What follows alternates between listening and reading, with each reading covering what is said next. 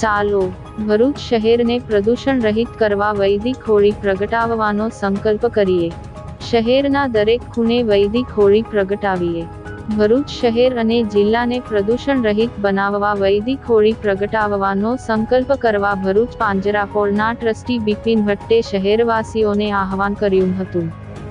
ભરૂચ પાંજરાપોળ દ્વારા ગાયના ગોબરનો સંગ્રહ કરી છાણ અને વેસ્ટ ઘાસચારાનો ઉપયોગ કરી ગૌ કાષ્ટક છાના બનાવાઈ રહ્યા છે, જેનો ઉપયોગ વૈદિક હોળી માંગ કરવામાં આવશે। હોળિકા પર્વને હવે આંગળીના વેઢે ગણાય એટલા દિવસો બાકી છે। હોળિકા દહનની અનેક તૈયારીઓ ચાલી રહી છે। વૃક્ષોનું નિકંદન ન થાય અને ગૌ માતા પ્રત્યે લોકોની લાગણી જળવાઈ રહે તે માટે ભરૂચ પાંજરાપોળ દ્વારા વૈદિક હોળીની પહેલ કરવામાં આવી છે। સાથે જ આ પ્રકારની હોળી સ્વાસ્થ્યવર્ધી પણ છે।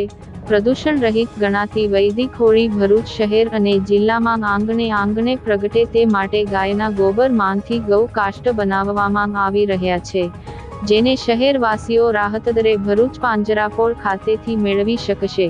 ગૌ કાષ્ટના વેચાણમાંથી જે કંઈ પણ આવક થશે તેનો ઉપયોગ ગાયો માટે અને તેમના સ્વાસ્થ્ય માટે ખર્ચ કરવામાં આવશે।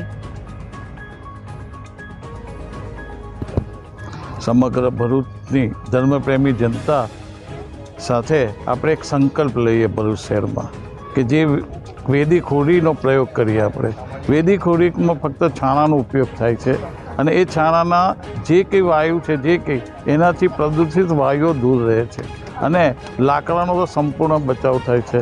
તો આપણે આજે આ દિવસે આપણે ચકલી દિવસને દિવસે સંકલ્પ લઈએ કે આપણે આપણા પહોળમાં મોહલ્લામાં અને જ્યાં બી જાહેર સ્થળો પર જ્યાં બી હોળી પ્રગટાવી હોય ત્યાં આપણે છાણાનો ઉપયોગ કરી અને વૈદિક હોળીનો પ્રયોગ કરીએ, જેથી ધર્મનું, પર્યાવરણનું તથા સમાજનું બી રક્ષણ થાય અને એની પરંપરા જળવાય। જય માતા।